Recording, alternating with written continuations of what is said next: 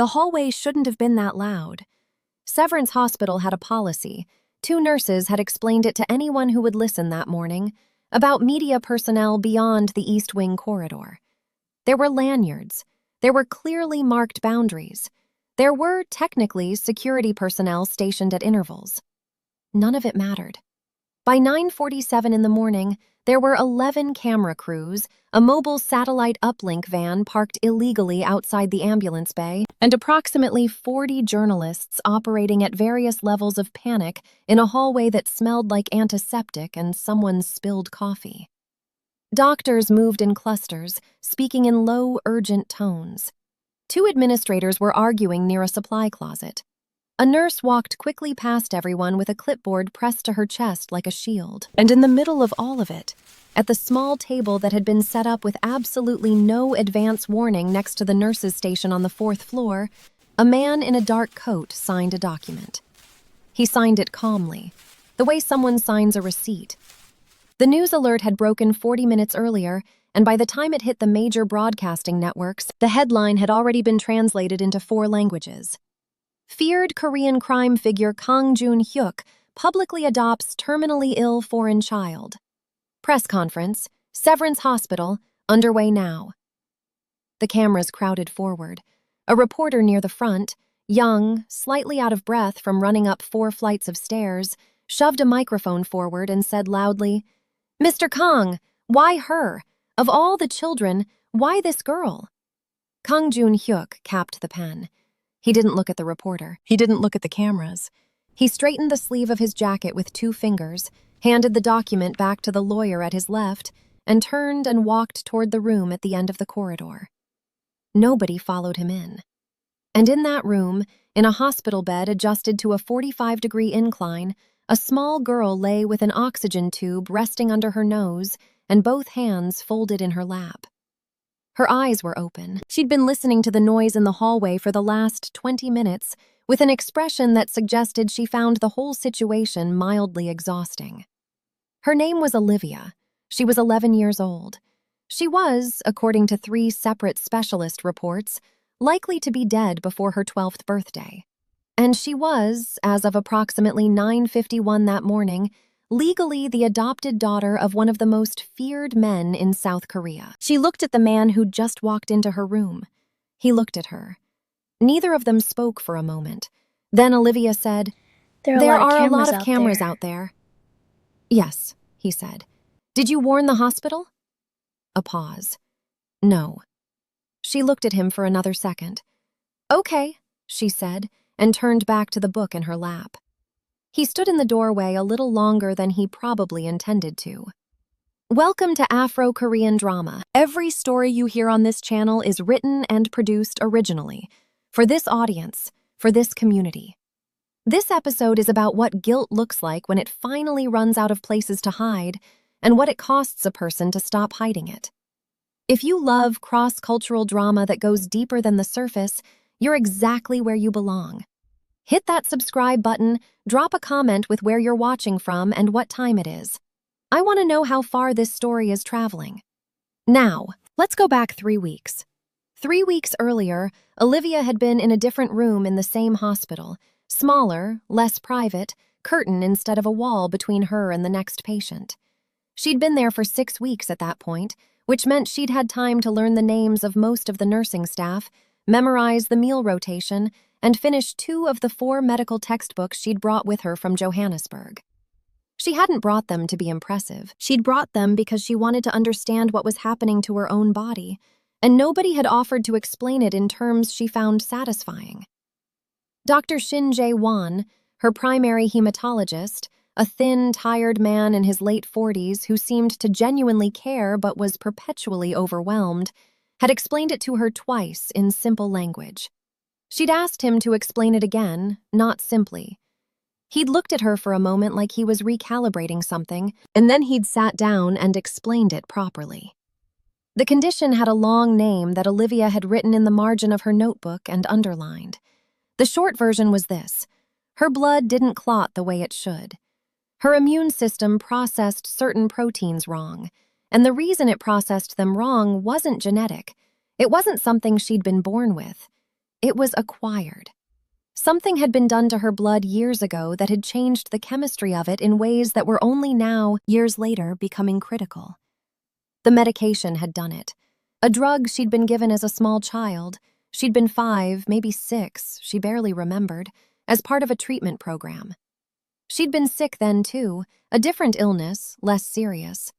The program had treated it, but the drug itself, administered over 18 months, had left a residue in her system that her body was only now, years later, beginning to react to. Without a transplant, a very specific kind of stem cell transplant, with a donor whose markers matched hers closely enough, she had, Dr. Shin had told her carefully, somewhere between 6 and 8 months. "That's less than a year," Olivia had said. "Yes," he'd said. "And you have donors in the registry?" "We're looking." She'd written something in her notebook and closed it. "Okay," she'd said. "Thank you for telling me properly." The social worker, a woman named Ms. Park Hyun-ah, who smelled faintly of cigarettes and always looked like she hadn't slept enough, visited every few days. She was not unkind. She was simply stretched. She had more cases than hours in a week, and Olivia's case was complicated in ways that made it harder than most. Olivia's mother had died 4 months ago. A sudden cardiac event, no warning. She'd been 41. Olivia's father had never been consistently present. There was no legal paperwork that would bring him into this. No aunts or uncles with the documentation, the financial standing, and the willingness to take on a medically complex child in a foreign country. The extended family back in Johannesburg was not unreachable, but they were not positioned to help with the specific, urgent, expensive kind of help Olivia needed. Olivia's file had been flagged 6 weeks earlier with a stamp that Ms. Park had explained was administrative. Confidential, international medical trial. The stamp meant the file was sealed to general access. It meant that getting certain information about Olivia's case required clearance that most people didn't have. It had slowed the funding applications. It had complicated the guardian search. It was, Ms. Park had said, frustrating. Olivia had looked at the stamp on the copy of her file that Ms. Park had shown her. She didn't say anything about it then, but she'd written it down. Across the city, in a building that did not advertise what happened inside it, a different kind of meeting was taking place. Kang Joon-Hyuk's holding company occupied the top 4 floors of a Gangnam office tower. The lower floors were a legitimate financial services firm, and the work done there was genuinely, boringly legitimate. Auditing, asset management, corporate restructuring. It served as a useful buffer. It employed real people. It paid taxes. What happened on the 38th floor was more complicated. Joon-Hyuk was 43. He'd built his position not through inheritance. His family had been unremarkably middle class. His father a man who'd worked a factory line for 30 years and died before 50. But through a specific combination of intelligence, patience, and a willingness to use violence precisely rather than broadly. He wasn't reckless. He'd never been reckless. He thought 3 moves ahead as a habit so ingrained it had long since stopped feeling like effort. He had a board. 8 people whose interests were intertwined with his in ways that made them useful and dangerous in equal measure. He had rivals, 2 major factions who would, if they sensed weakness, move without hesitation. He had legal exposure, always carefully managed, always kept just below the threshold that would make prosecution cost-effective for the state. And he had, currently, a lawyer named Cha Dae-ho sitting across from him with an expression that suggested whatever he was about to say was going to be inconvenient. Cha Dae-ho was meticulous. He'd been Joon-Hyuk's primary legal counsel for 11 years, which meant he had survived several situations that should have ended his career, his freedom, or his life, and he had survived all of them by being meticulous. He didn't deliver bad news carelessly. "The audit on the Mireille medical properties," Cha Dae-ho said. He set a folder on the desk between them. "There's a sealed document attached to one of the subsidiary accounts. It was misfiled. It's been sitting in an archive for almost 7 years." Joon-Hyuk looked at him. "What kind of document?" Patient intake records, Cha Dae-ho said. From the Cheongwon Clinic. The name landed in the room like something dropped from a height. Joon-Hyuk didn't move. He was good at not moving when things landed badly. That clinic doesn't exist. It doesn't anymore, Cha Dae-ho said. We made sure of that. The Cheongwon Clinic, 7 years ago.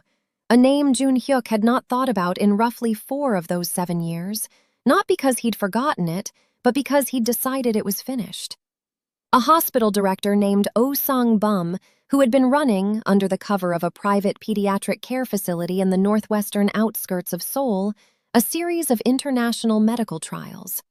Unauthorized, unethical, children brought in through medical tourism pipelines, families told they were receiving cutting-edge treatment, some of them paying, some of them subsidized by the pharmaceutical companies backing the trials. Oh Sang-bum had been taking money from 3 separate drug development firms who needed test populations that the legitimate regulatory bodies wouldn't approve. Joon-Hyuk had found out about it through a connection, a man who ran a transportation network and who had started having doubts about what exactly was being transported. He'd verified it. He'd decided it needed to end. The shutdown had been thorough. Oh Sang-bum had left the country within 48 hours and had not returned. The facility had been closed. The financial pipelines had been severed. The records, the ones Joon-Hyuk's people had found, had been destroyed. All the records were destroyed, Joon-Hyuk said. These weren't at the facility, Cha Dae-ho said. They were at an off-site administrative office we didn't know about, misfiled into a property account when the Mirai medical acquisition happened 2 years later. They've been sitting there. He paused. There are names. Joon-Hyuk opened the folder. He read. He was a fast reader. It didn't take long. The trial list was a column of 31 names, ages, countries of origin, dosage schedules, status columns. He got to the 23rd name and stopped. Dlamini, Olivia, age 5, South Africa. Trial compound, XT117 series. Status, treatment incomplete, program collapse.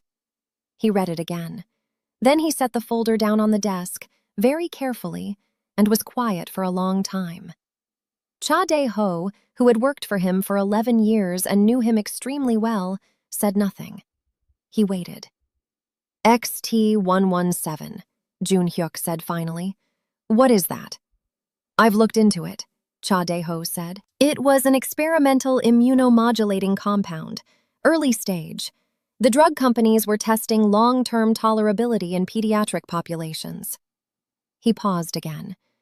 The long-term effects in some patients included hematological complications, clotting disorders, immune dysfunction. Treatment incomplete, Joon-Hyuk said. The program collapsed when we shut the clinic down, Cha Dae-ho said. There was no handoff protocol. The pharmaceutical backers withdrew immediately. Children mid-treatment had no continuation of care. Some of them were fine. The short-term treatment cycles had already completed. Others... He stopped. Others worsened, Joon-Hyuk said. Over time, yes, depending on how long they'd been on the compound and what stage of the cycle they were in when it stopped. Cha Dae-ho picked up a separate paper. I've been thorough. The girl is currently a patient at Severance Hospital. Hematological disorder, onset approximately 18 months ago. She's been flagged as a confidential international medical trial case. That's why the file is sealed.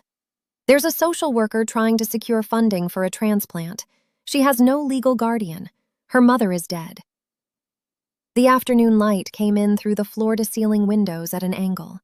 Seoul spread out below the glass, enormous and indifferent. Joon-Hyuk was quiet for another moment. Then he said, I shut down that clinic to stop what was happening to those children. Yes, Cha Dae-ho said. I didn't ask who was mid-treatment.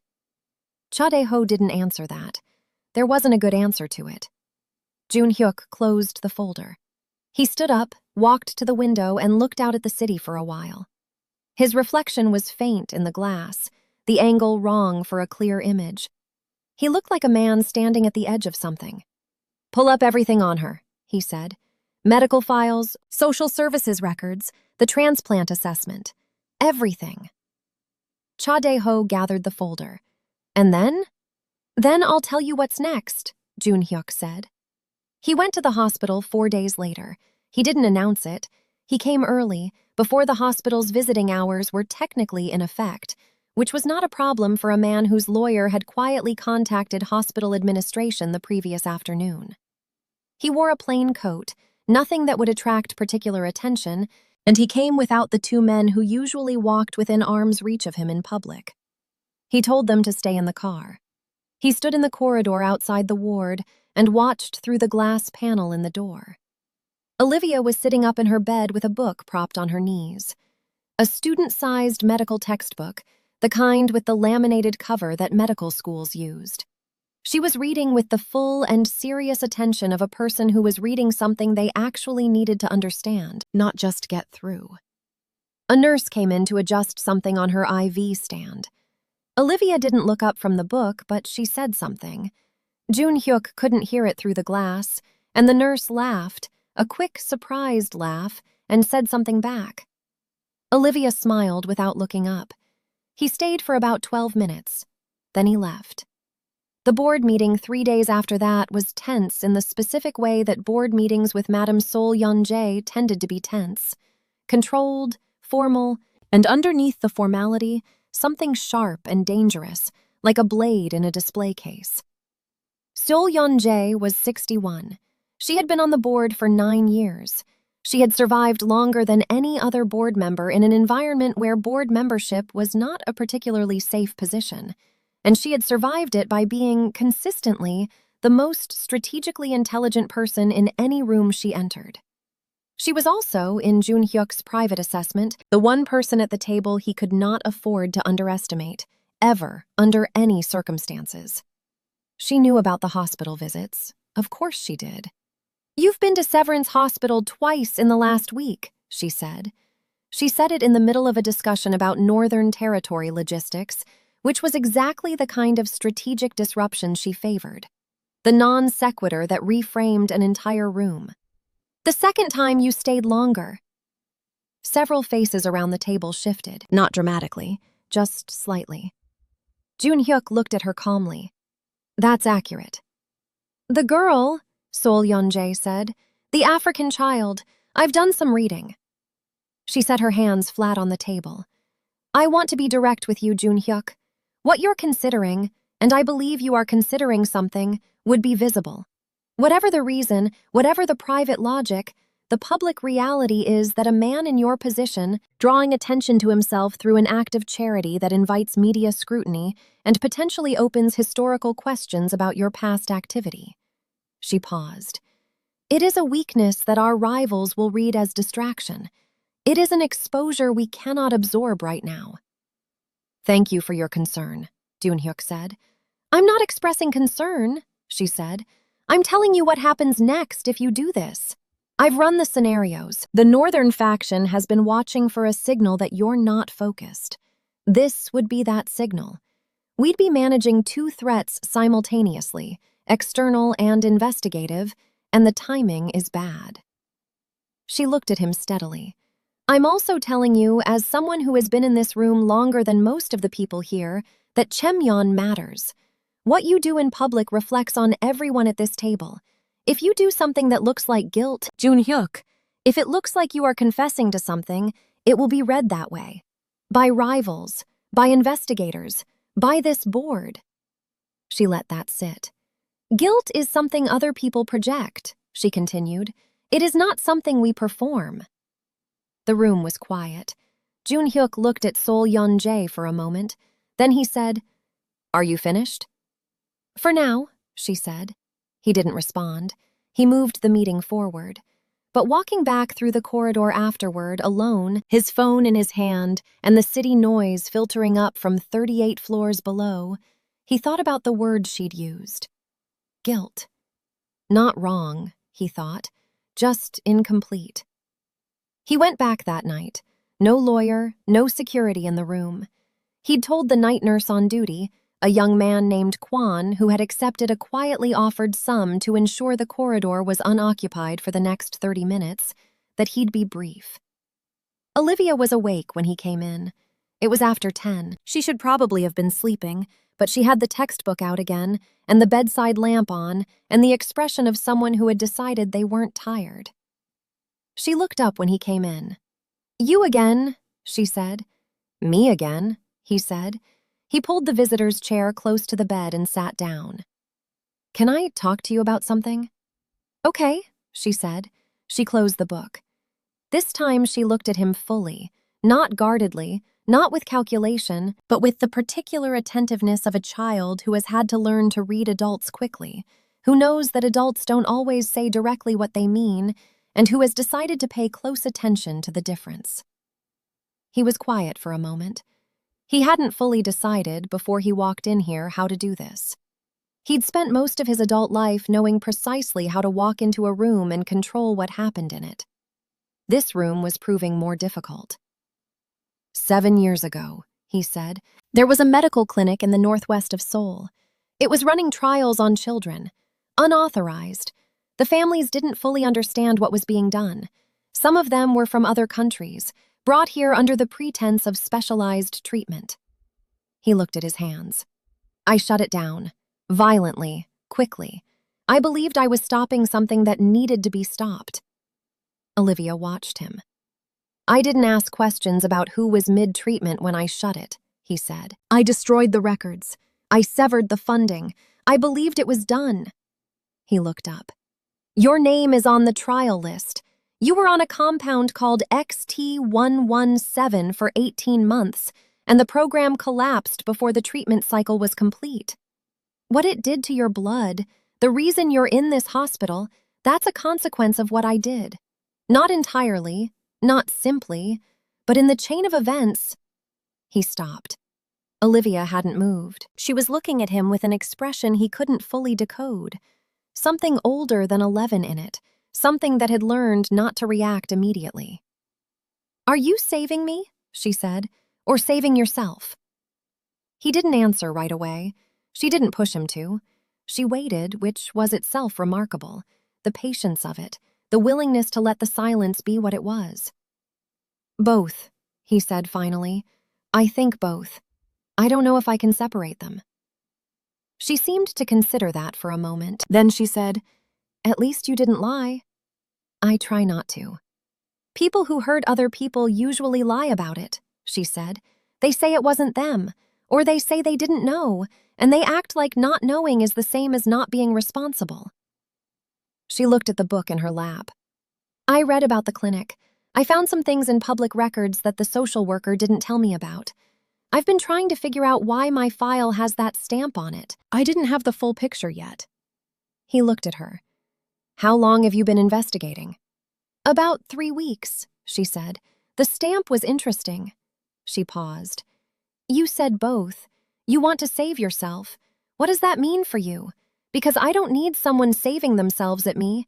I've had enough of people doing things that affect me and calling it help. It hit more directly than he expected. It means, he said slowly, that I can't undo what happened. I know that. But I could, if you're willing, I could make sure you don't die from it. And I could make sure it doesn't happen to other children. Not just you. Not just a fix for my conscience. He paused. That part is what I need. That's the honest version. Olivia was quiet for a moment. Then don't just save me, she said. Simple, not dramatic, not a demand exactly, more like a condition, like the clearest possible articulation of a standard she had decided to hold him to. He looked at her. Okay, he said. She picked up the book again. You should probably go, she said. The nurse is going to come back in about 15 minutes and you clearly don't want to be seen. He stood up. He was almost at the door when she said, without looking up, My name is Olivia. I know, he said. I know you know, she said. I just thought you should have to say it back. He stopped. Olivia, he said. Good, she said, and turned a page. The press conference 3 days later was not announced in advance. It was arranged in the space of 6 hours, which meant it was chaotic and imperfect and crowded, which was fine. Joon-Hyuk had decided, sometime in the 3 days between that late-night conversation and this morning, that perfect and controlled was no longer the point. The adoption paperwork had been prepared by Cha Dae-ho in a state of barely contained anxiety. Cha Dae-ho was meticulous and he was loyal, but he was also a man with a functional survival instinct, and the paperwork he'd been asked to prepare was, in his assessment, the single most legally and operationally dangerous thing Joon-Hyuk had ever asked him to do. He'd prepared it anyway, carefully, correctly, and had said nothing except, "You understand what this opens." "Yes," Joon-Hyuk had said, both legally and internally. "Yes. Sol Yeon-jae is going to—" "Yes," Joon-Hyuk had said. "I know." And now, cameras, hallway noise, doctors with expressions that ranged from baffled to carefully neutral, a table with papers on it, a pen, and at the end of the corridor, behind a closed door, an 11-year-old girl who was either watching a wall-mounted television or reading a medical textbook. He signed the papers. The reporter shouted, "Why her?" He didn't answer. He capped the pen, straightened his jacket, and walked toward the room. The 48 hours that followed were, in Cha Dae-ho's carefully measured phrasing, destabilizing. The media coverage was massive. The speculation was predictable. PR stunt, tax strategy, criminal trying to rebuild image, hidden illegitimate child theory, quickly dismissed by anyone who could do basic math. But mixed in with the dismissal was something else, a particular kind of public fascination, the kind that attaches to a story that doesn't make immediate sense, where the viewer can tell there's something underneath the surface that hasn't been disclosed yet. The Northern faction, Joon-Hyuk's primary rival organization, interpreted it exactly as Sol Yeon-jae had predicted. 2 representatives visited the office of one of Joon-Hyuk's mid-tier lieutenants, a man named Baek Sung-jae, who ran the Mapo district operations, and made a very polite inquiry about whether there might be an interest in a strategic realignment of certain agreements. Baek Sung-jae had reported it immediately. This was a test. This was the kind of probe that happened when rivals thought they smelled blood. And then there was Sol Yeon-jae. She called an emergency board session for the following morning. She had sent no preliminary communications, no agenda, no documentation request, which meant she was either going to make an argument she was confident about, or she was going to make a move. Joon-Hyuk had attended meetings for 20 years. He could usually tell the difference. This one he genuinely wasn't sure about. The boardroom was full when he arrived. 8 faces, the usual controlled tension, elevated. Sol Yeon-jae was already seated. She waited until he sat, and then she spoke without preamble. "I have spent the last 48 hours assessing options," she said. "I've identified 3 structural scenarios for the organization's response to what happened yesterday, and I want to present them. But before I do," she looked directly at him, "I want to give you the opportunity to explain. Not the public version, the actual reason." He looked back at her. "Because if you explain it," she said, "and if the explanation is what I suspect it is, then the calculus changes, and I would rather adjust to the truth than be managed." He respected her, in the particular way you respect a person who is your equal at something and also potentially your enemy. He had always respected her. He considered for a moment what he owed this room. "The Cheongwon Clinic," he said. The room shifted, not dramatically, just slightly. He told them, not everything, not the details that would create immediate legal exposure for the people in the room, but enough. The trial list, Olivia's name, the XT117 compound, the incomplete treatment cycle, the causal chain between what he'd done 7 years ago and the hospital room on the 4th floor of Severance. When he finished, Sol Yeon-jae was quiet for a long moment. "You knew before the adoption," she said. "Yes." "You could have funded the transplant anonymously," she said. "No exposure, no media, no adoption." "Yes," he said. "I could have." "But you didn't." "She said something to me," he said. "The girl. She said, 'Don't just save me.'" He paused. I decided she was right. Sol-yeon-jae looked at him for a long time. Something in her expression did something complicated and then settled again. "So you intend to make this public," she said. "The whole thing, the clinic, your role in the shutdown." "Yes. You understand that I cannot protect the organization from that," she said. "I can manage rivals, I can manage internal pressure. I cannot manage a public confession to a criminal action that is currently under no legal scrutiny but will be the moment you speak." "I know," he said. "Then you need to understand something," Sol-yeon-jae said. She looked around the room, and this was the thing about her that Joon-Hyuk had never fully anticipated.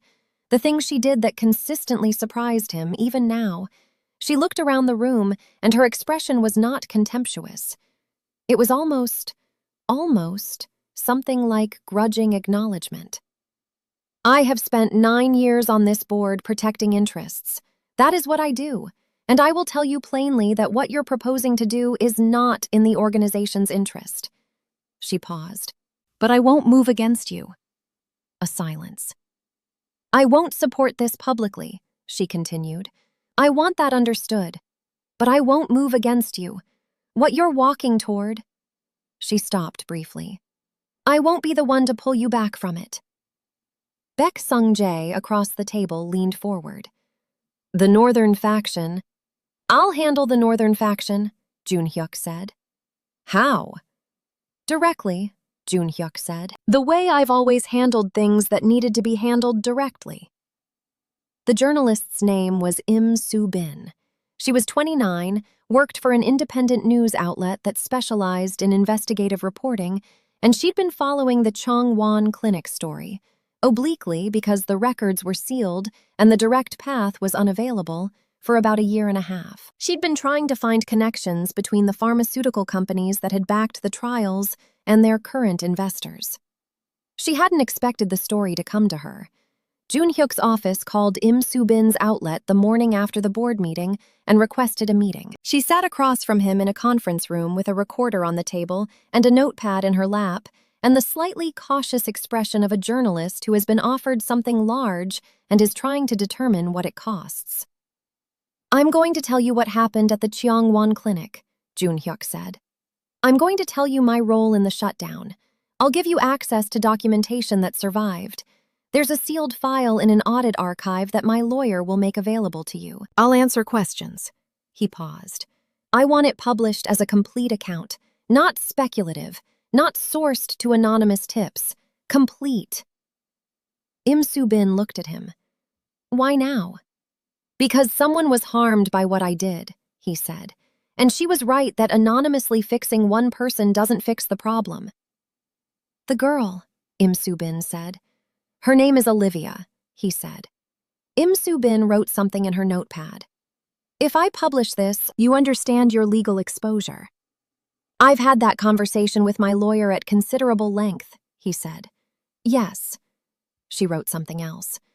"Can I talk to her? To Olivia?" "That's her decision," he said, "not mine." The article ran 10 days later. It was thorough. Im Soo-bin was good, very good, actually, the kind of journalist who understood that the most powerful story was the one that didn't embellish, because the facts were already devastating enough. She'd traced the XT117 compound through 3 pharmaceutical subsidiaries. She'd identified 6 other children from the trial list, the ones she could locate, and spoken to 2 of them. She'd documented the program's collapse. She'd documented Joon-Hyuk's role in the shutdown using his own account and the sealed file. And she'd quoted Olivia. One sentence at the end of the article. "He told me what he did. I told him not to just save me. He said, okay." The article broke on a Tuesday morning. By Wednesday, the state prosecutor's office had issued a statement about reviewing the disclosed information. By Thursday, 2 pharmaceutical companies had issued public statements of their own, defensive, lawyerly, saying everything and nothing. By Friday, Joon-Hyuk had received 3 separate communications from rivals or former allies withdrawing from agreements, and 1 communication from the Northern faction's leadership that was not polite. He also received, unexpectedly, a letter. physical, handwritten, sent to the office address. From a family in Vietnam whose daughter had been in the same trial. They'd never found out what program she'd been part of. They'd spent 6 years trying to understand what had happened to her. They'd read the article. "We thought we were alone," the letter said. "We weren't alone." He read it twice and set it on his desk. That afternoon, he called Cha Dae-ho and told him to start drafting the foundational documents for an international pediatric ethics and medical reform foundation. Legal, transparent, funded through the liquidation of specific identified assets, large ones, assets that had been the financial backbone of operations he was in the process of dismantling. Cha Dae-ho was silent on the phone for a moment. "How large is the asset liquidation you're authorizing?" Joon-Hyuk told him. Another silence. "Joon-Hyuk," Cha Dae-ho said, and for perhaps the first time in 11 years, he used the name without the formal professional distance. That's a very large portion of—" "I know what it is," Joon-Hyuk said. "Draft the documents." The coup attempt came 3 weeks later. It wasn't a clean move. It was messy in the way that internal power moves are messy when they're assembled quickly, when people act on opportunity rather than planning. 4 board members had consolidated around a plan to remove Joon-Hyuk from operational leadership, citing the legal exposure and the asset liquidation. They'd secured commitments from 2 external parties who were willing to provide financial backing for a transition in leadership. They'd been discreet. They had not been discreet enough. Joon-Hyuk had known about it for 6 days before it materialized into an emergency board session. He'd let it develop. He'd watched it. He'd wanted to understand who specifically was willing to move and what they were willing to do. When they walked into the boardroom, he was already there, which was not what they'd planned for. The session was 2 hours. It was not physical. The era for that kind of resolution was not completely gone, but this room was not that room, and the people in it were not people who resolved disagreements physically when they could resolve them structurally. What happened was a conversation, formal and cold, about power and consequence. When it was over, 3 of the 4 board members who'd moved against him had lost their positions. The 4th, a man named Choi Moon-hyuk, who had the particular quality of knowing when he was beaten, had withdrawn his participation from the move before the session ended and had offered, in a tone stripped of anything except cold pragmatism, to be useful going forward. Joon-Hyuk had looked at him for a moment. "Don't do it again," he said. "I won't," Choi Moon-hyuk said. "I know," Joon-Hyuk said. The internal move was over. The legal situation was slower, more complex, less clean. The prosecutor's review was real, not aggressive, not yet at the stage of formal charges, but real. Cha Dae-ho was managing it with his characteristic meticulous competence. The outcome was uncertain. What was certain was that Joon-Hyuk had acknowledged the situation publicly and was cooperating, which changed the texture of the legal exposure in ways that might ultimately work in his favor or might not, depending on decisions made by people he couldn't control. He'd made peace with not being able to control it. Olivia's transplant was scheduled for early November. The donor match had been found, a woman in her late 20s in Germany, an unrelated donor whose markers were close enough that the hematology team was cautiously optimistic. Dr. Shin Jae-won had explained the procedure to Olivia in the careful, detailed way that she'd trained him to use with her by the 3rd week of her stay. Olivia had asked, after he'd finished, whether she could have a copy of the pre-operative assessment to read. He'd given it to her. She'd read it that night and then put it on the small shelf next to her medical textbooks and not mentioned it again. The night before the procedure, Joon-Hyuk sat with her for about an hour. He'd been visiting regularly, not every day, but several times a week. Ms. Park Hyun-ah, the social worker, had noted the visits in her file with something between professional neutrality and private bewilderment, and had eventually stopped noting them and simply trusted that whatever was happening was what was happening. Olivia had made him teach her 2 card games she didn't know. She'd then beaten him at both of them, which she attributed to skill and he attributed to beginner's luck, and they'd had a reasonable disagreement about this that had lasted several sessions. The night before the transplant, she wasn't reading, and she didn't want to play cards. She was looking at the ceiling, which she sometimes did when she was processing something she didn't want to talk about yet. He sat in the chair and waited. After a while, she said, "What if it doesn't work?" "Then the doctors will figure out the next option," he said. "There might not be a next option," she said. "There might not," he said. She looked at the ceiling a while longer. "You know what I think about sometimes?" she said. "I think about the other children, the ones from the trial. Some of them are probably fine, some of them probably aren't, and they don't know why." "We're trying to find them," he said. "I know," she said. "I read the foundation charter. You gave me a draft." He'd given her a draft because she'd asked for one. She'd returned it with 4 handwritten notes in the margins, 2 of which had been genuinely useful. "One of your notes," he said, "the one about the outreach language." "It was condescending," she said, "the original wording. Children affected by medical circumstances beyond their control. They weren't affected by circumstances. They were affected by people. The language should say that." "We changed it," he said. "I know," she said. "Cha De-ho emailed me." He looked at her. "He emailed you?" "He's been asking me for input on the program design," she said, like this was obvious. "I have relevant experience." He was quiet for a second. Then he said, "Of course you do." She looked at him finally from the ceiling. "I think the transplant is going to work," she said. "I just wanted to say, what if it doesn't?" "Okay," he said. "Because if it doesn't," she said, "the foundation still has to happen. That part isn't about me." "I know," he said. "You have to say it like you actually know," she said. "The foundation happens regardless," he said. "That's already been decided. That doesn't change based on what happens tomorrow." She looked at him for a moment. Then she settled back into the pillow, satisfied, or close enough to it. "Okay," she said. "You can go." He stood up. He was at the door when she said, "Joon-Hyuk." He turned.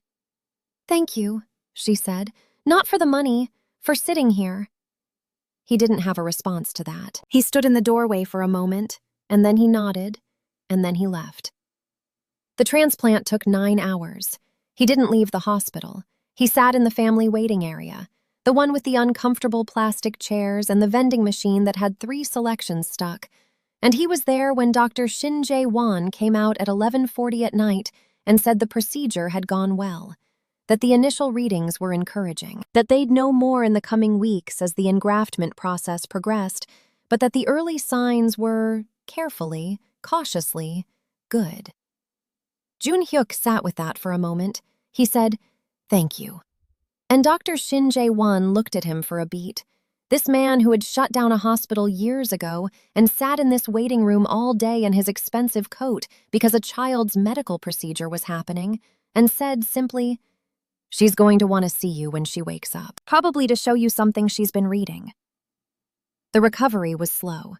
6 weeks in hospital post-transplant, then a transition period, then months of monitoring and adjustment. There were setbacks, 2 infections, 1 week of alarming test results that resolved, 1 very bad night in mid-December that Dr. Shin had described afterward as a complication that had been managed. It was not a clean or easy recovery. It was real. But by March, the engraftment was confirmed successful. The blood counts were trending toward normal ranges. The medical team was using the word remission cautiously, the way doctors use words they mean but aren't yet ready to commit to fully. By June, Olivia was living in the apartment that had been prepared for her. Joon-Hyuk's legal team had found a solution that was neither a mansion, nor a hospital, nor a bureaucratic group home, which was what Olivia had specifically requested. It was a 3-bedroom apartment in Yongsan with a view she liked, a housekeeper named Mrs. Beck, who had decided within a week that Olivia was her favorite person, and a shelf that had been built specifically to hold medical and scientific literature at the height that was comfortable for her. She had started Korean language classes.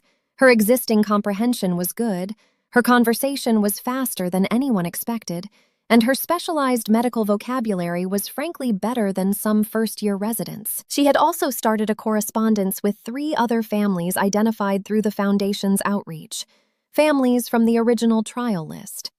The Vietnamese family who had sent the letter, a family in Kenya, a family in Indonesia. She wrote carefully, not pretending the connection was simple or that shared harm automatically created friendship, but with the specific kind of attention she gave everything, fully and honestly. The Foundation's headquarters opening was scheduled for October of the following year. A building in the Mapo district, chosen, Olivia had noted during a planning meeting she had somehow ended up in, because it was accessible by public transit from multiple directions, which mattered for families who couldn't afford to take taxis to medical appointments. The planning committee had looked at her when she said this. She'd looked back at them, waiting for someone to dispute it. No one had. The event was public. Press was invited. There were representatives from the 3 pharmaceutical companies who had contributed to a legal settlement fund, present against their initial instincts, present because the terms negotiated by Cha Dae-ho and the broader legal proceedings had made absence more expensive than presence. There were medical researchers, policy advocates, a delegation from the World Health Organization who had been watching the Foundation's structure with interest since the initial press coverage. And there was a stage. Joon-Hyuk had not planned for Olivia to speak. She had planned it herself, told him 2 days before, and when he'd opened his mouth, she'd said, "I have things to say, and I know what I'm saying, don't worry." He hadn't told her not to worry. He'd said, "What do you want to say?" "I'll tell you the same time everyone else finds out," she said. He stood at the back of the room because she'd told him she'd be able to see his face better from the stage that way, and if he was nervous, he'd make her nervous, and she needed to not be nervous. He stood at the back and watched the room fill, 300 people, more than they'd planned for, and he didn't move. When she walked out, there was a sound in the room. Not a gasp, exactly, just a collective recognition, a shift. She was small for 12, still fragile in the way she'd probably always be, in the way you could see in her walk and in the slightly deliberate pace of it. But she walked to the center of the stage, and she stood there and she looked at the room the way she looked at medical textbooks and card games and adults who underestimated her, with full, clear attention. She didn't use notes. "When I was in the hospital," she said, "people asked me what I wanted. I said I wanted to understand what was happening to me. Most people thought that meant I wanted comfort. I wanted to understand the mechanism, the actual thing." She paused. "Kang Joon-Hyuk understood the difference. That's the first thing I can say about him that's relevant here." Quiet in the room. "He told me the truth about what he'd done," she said. "He didn't make excuses. He didn't say he didn't know. He said he hadn't asked, which is more honest than not knowing, because not asking is a choice." She looked at the room steadily. "He asked me if he could fix it. I told him not to just save me, and he didn't just save me." She paused. "He chose to change. I want you to understand that's a different thing. It's harder than saving a person. It requires more and it costs more, and it can't be undone." She looked toward the back of the room.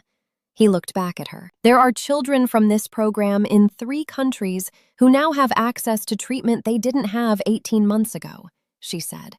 "There are researchers in this building working on protocols for trial oversight that didn't exist before. That's the Foundation. That's what it is." She looked back at the room. "He's standing at the back. He's not on the stage today because I told him I wanted to speak first, and he agreed, which is also relevant." A quiet laugh in the room. Genuine. "That's all I have," she said. She walked off the stage. He met her at the side, at the bottom of the steps. She looked up at him. "How was that?" "You told them I agreed to stand at the back," he said. "You did agree," she said. "I know," he said. "I just didn't expect you to announce it." "Were you embarrassed?"